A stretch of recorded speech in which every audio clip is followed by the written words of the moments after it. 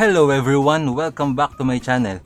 For those of you who don't know me yet, my name is EJ, and today I'm gonna share with you the rules of composition. But first, let's define composition. Composition in photography means a lot.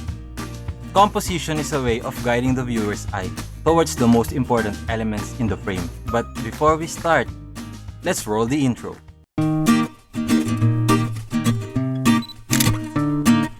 Number 1. Leading lines. Leading lines is a powerful composition technique which helps the viewer's eye to focus on the most important elements on your frame.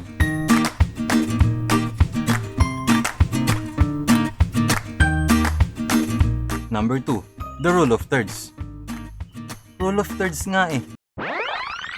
Number 2. Symmetry. This technique is easy on the eye since there's a balance between the left and the right or top and bottom of your image. Number 3. The rule of thirds. The idea is by placing the subject along the intersecting lines, we can create an attractive composition. To do this, you can turn the 3x3 grid on your smartphone.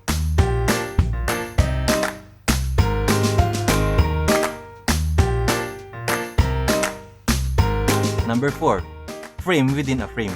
By putting your subject inside the frame, we can create a sense of depth in an image.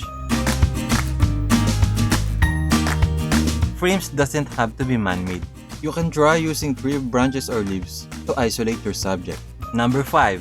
The rule of adds. This rule suggests that an image is more visually appealing if there's an odd number of subjects in the scene.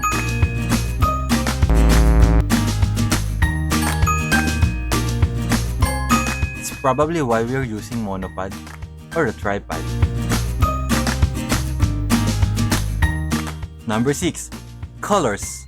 We live in the world full of colors, and colors can evoke certain emotions.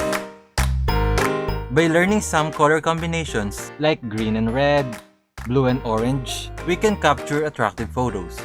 Number 7. Patterns and textures. Don't limit yourself to just taking pictures of people and places. Abstract is quite interesting too.